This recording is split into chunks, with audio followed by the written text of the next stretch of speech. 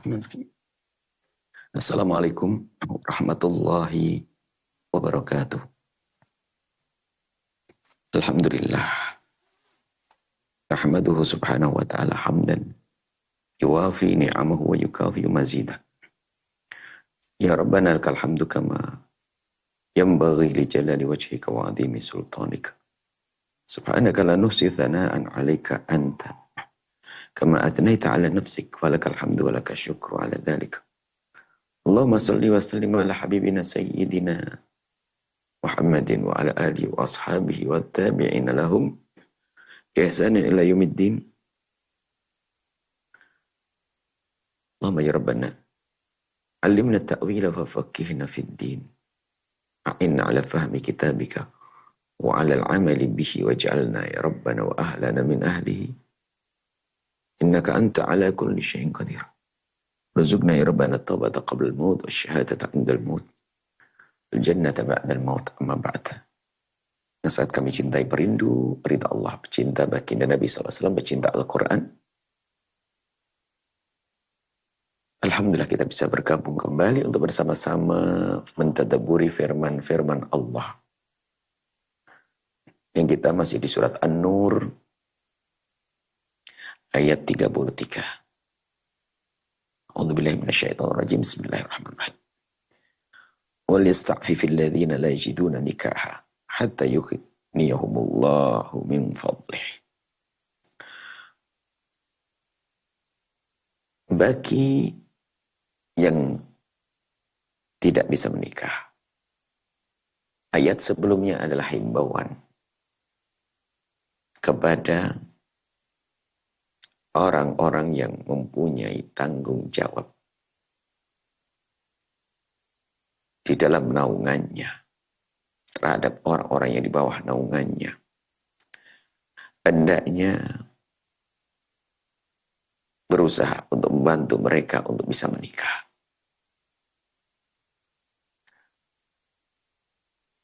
Dan harus difahami kalau kita dihimbau untuk membantu orang lain untuk bisa menikah, maka yang mampu dengan dirinya sendiri ini jauh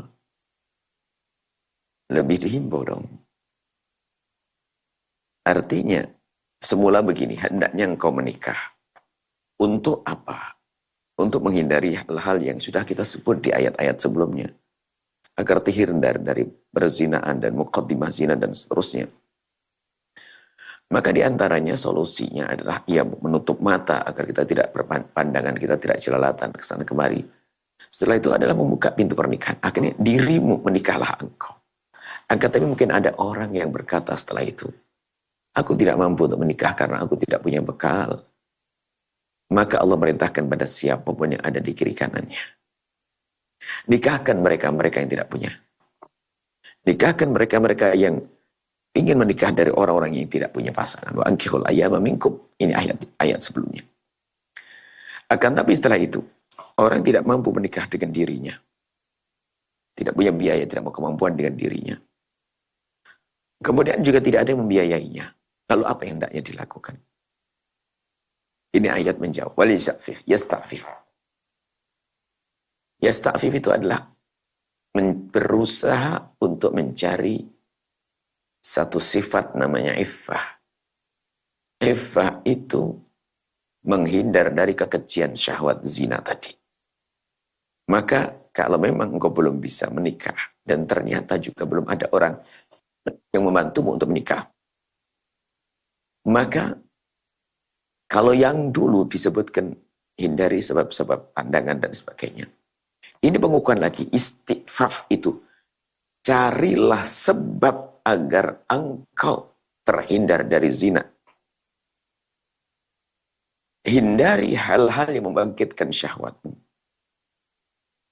Cari kesibukan-kesibukan yang meredakan gejolak syahwatmu. Kesibukan positif. Ini makna istifaf. Mencari sebab agar orang itu tidak masuk dalam kehinaan. Kehinaan. Jadi mencari sebab. Ini makna istighfar ini sepertinya kalau mau kita jabarkan hari ini maknanya panjang sekali. Melihat sesuatu yang membangkitkan syahwat. Bagaimana orang yang secara pribadi untuk menikah dia belum mampu. Dan juga belum ada orang yang menikahkannya. Lalu bagaimana jika pandangannya jelalatan? Baik di alam nyata atau di alam maya. Dia melihat sesuatu yang tidak layak. Membangkitkan syahwat. Atau berkomunikasi bebas. Berkomunikasi dengan lawan jenis dengan sebebas-bebasnya.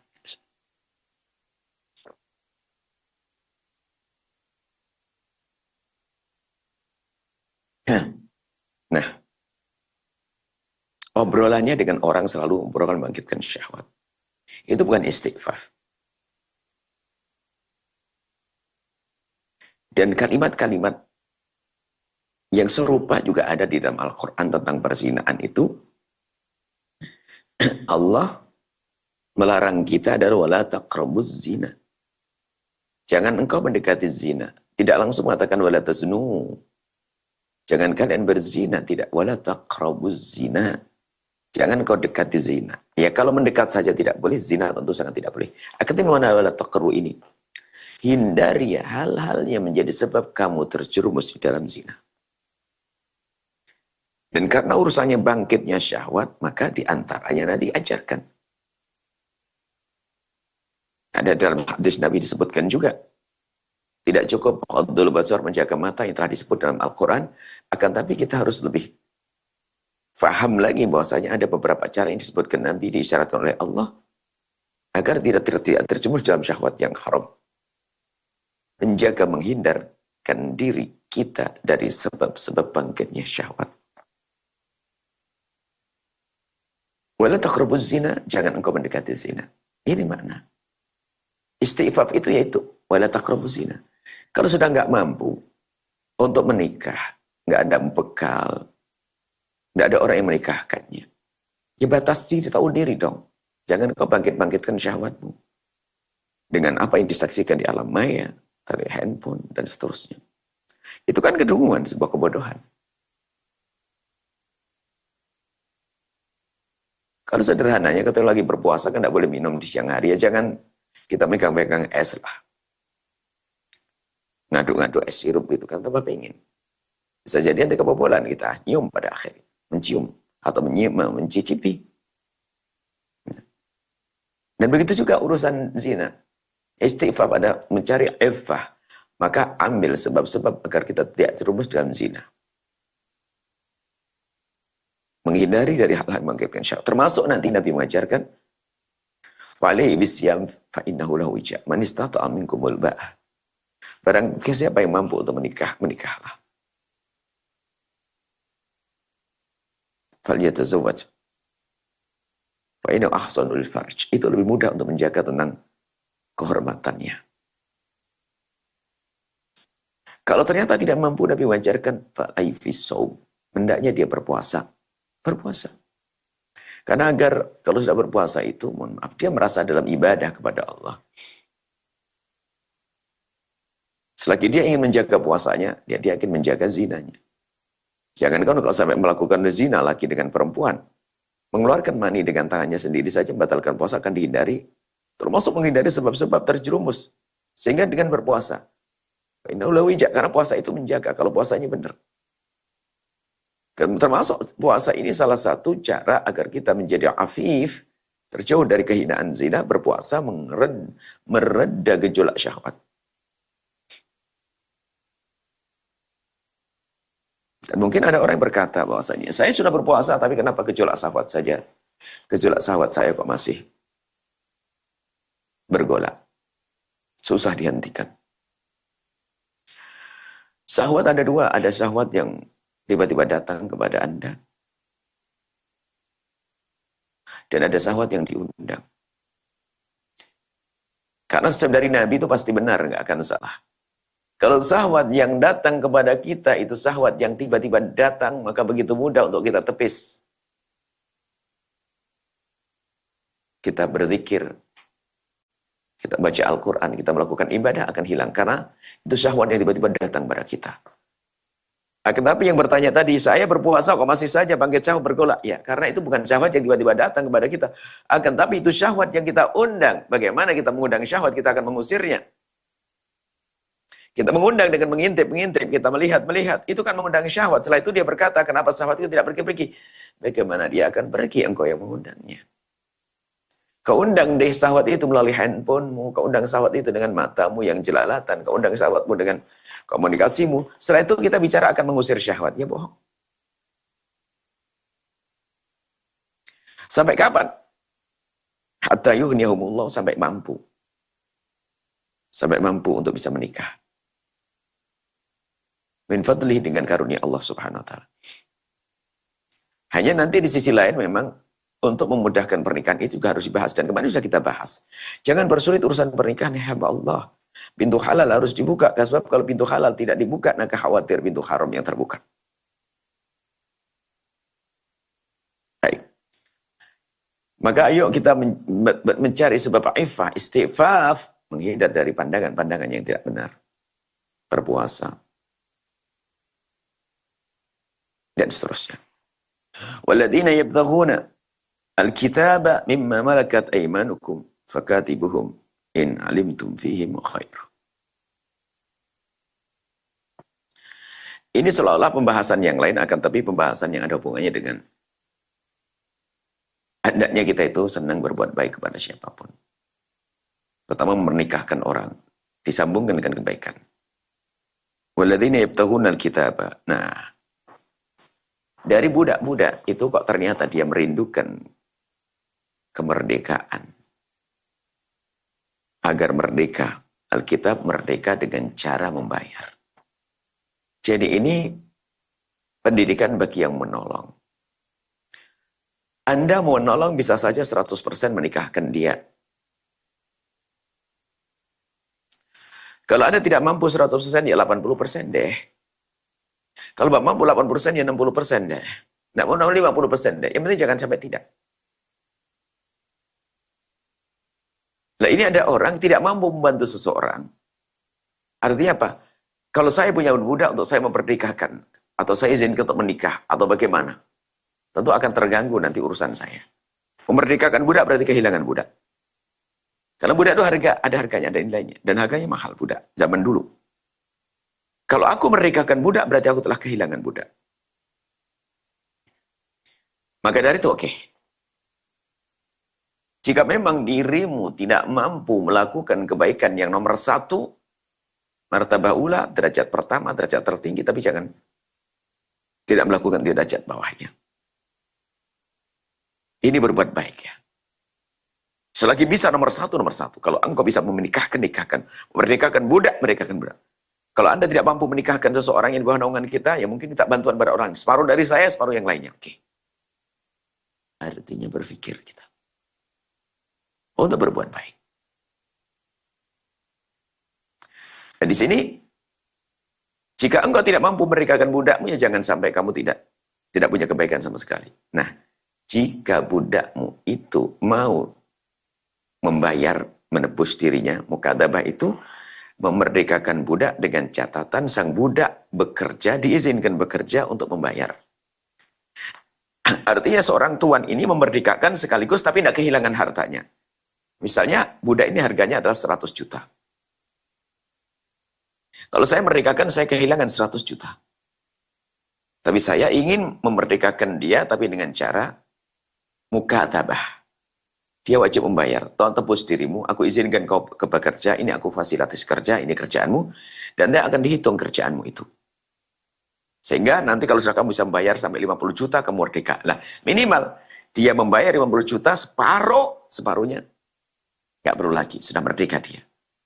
Artinya ini sebuah contoh, bukan perbudakan sudah Anda nggak dari. Jika ingin berbuat baik, jika Anda tidak bisa melakukan nomor 1, derajat kedua hendaknya. Misalnya kalau urusan dunia perjuangan begini, ayo itu ada pondok dibangun. Gedung perlu dana 7 miliar. Oke. Kalau Anda mampu bangun, bangunlah 7 miliar. Kalau tidak mampu, ya separuh deh, 3,5. Gak mampu 1 miliar, jangan sampai tidak. Gak mampu ya 100 juta lah bareng-bareng sama teman saya. Kurang lebih seperti itu. Artinya, kalau memang jangan sampai kita tidak. Ini termasuk sebuah contoh kebaikan itu hendaknya kita lakukan biarpun kita tidak bisa derajat yang pertama, tertinggi.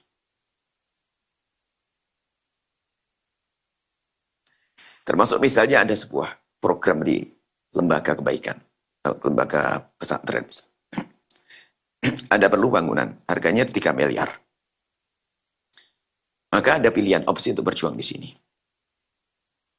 Satu, Anda membayari utuh rokam wahid. Anda danai 3 miliar. Oke. Yang kedua, ya sudahlah, Anda pinjemin aja. Dalam Islam kan nggak ada bunga-bungaan. Dan juga nggak usah pakai keuntung-untungan, nggak pakai murabah. Anda pinjemin balik 3 miliar. Sehingga pondok segera bisa bergerak membangun pesantren nanti, setelah itu baru menyicil. Ini juga sudah merupakan. Padahal secara keuangan dia tidak kehilangan. Utuh. Bisa yang ketiga dengan cara murabahah misalnya. Ini yang juga terjadi di sebagian tempat. Dia bekerja tapi saya juga pengen untung. Maka murabahah dia membangun nanti dijual kepada pondok misalnya. Tentunya dengan harga yang murah. Untungnya tidak sebesar kalau dia dengan yang lain. Yang bekerja, oke, saya akan kerja di pondok, cuman saya tidak bisa disedekah. Termasuk di antara menyadari bahwasanya orang seperti saya itu, kalau di tempat lain mungkin gaji saya adalah 4 juta. Tapi di pondok cuma dapat 2,5 juta. Harus Anda sadari bahwa diam-diam Anda berderma 2,5 juta. Sehingga Anda melakukan tugas yang hanya mendapatkan uang 2,5 juta ini bangga dengan penuh kebanggaan. Kenapa? 2,5 saya adalah derma, infak. Makanya saya tetap milih bekerja di tempat yang mulia. Di tempat yang mulia. Sama-sama saya dapat uang. Bahkan di sini lebih sedikit. Cuma lebih sedikit sisi dunia, tapi akhirat saya lebih banyak. Nah, kurang lebih seperti itu. Sekarang saya contohkan, saya pekerja. Tukang batu misalnya. Kalau saya bekerja di pondok, oke lah. Hanya dikasih uang 100.000 rupiah. Tapi tenaga saya di tempat lain menjadi 120.000 rupiah. Saya akan pilih di pondok, hanya 100.000. Maka biarpun tidak masuk dalam catatan dohir, di hadapan Allah Anda telah berderma setiap bulan, setiap hari 10-20 ribu rupiah. Kenapa sebetulnya nilai Anda semacam itu?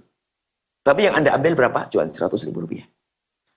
Sehingga setelah itu dia tidak akan berkeluh kesah. Kenapa biarpun di sini adalah misalnya, aku ikut andil. Kalau aku membebaskan misalnya, aku ingin kerja free seperti teman-teman saya, ada kerja free nggak pakai uang. Ada pejuang-pejuang yang berjuang di sini nggak pakai dikasih misalnya. Aku belum bisa seperti itu. Tapi aku cukup dengan semacam ini. Ini indah. Baik. Cukup mungkin karena waktu ya kita ingin. Ini masalah. Berbuat baik ini penting sekali. Kita lanjutkan pada pertemuan yang akan datang. Intinya, selagi Anda tidak bisa melakukan kebaikan, raqam wahid, nomor martabat ula, tingkat tinggi, tingkat berikutnya. Jangan sampai kita tidak melakukan kebaikan sama sekali. Harus program apapun. Di masjid Anda, musola samping rumah Anda. Kalau ternyata ada musola dibangun, Anda kalau bisa memberesin bangunan itu semuanya. Kalau tidak separuh, kalau tidak ya berapa? Paling tidak, pokoknya aku harus membantunya. Paling tidak dengan tenagaku. Ini adalah contoh yang dihadirkan oleh dalam Al-Quran. Kita harus memahami makna seperti itu. Bukan urusan perbudakan. Perbudakan sudah tidak ada hari ini. Akan pemahaman kita yang akan kita giring kepada perilaku-perilaku kita. Kita akan memahami ayat itu untuk kita menjelaskan tentang perilaku kita. Ayo berbuat baik sebisa mungkin. Jangan ketinggalan dari rombongan-rombongan kemuliaan. Insya Allah kita lanjutkan pada pertemuan yang akan datang. Wallahu a'lam bishawab.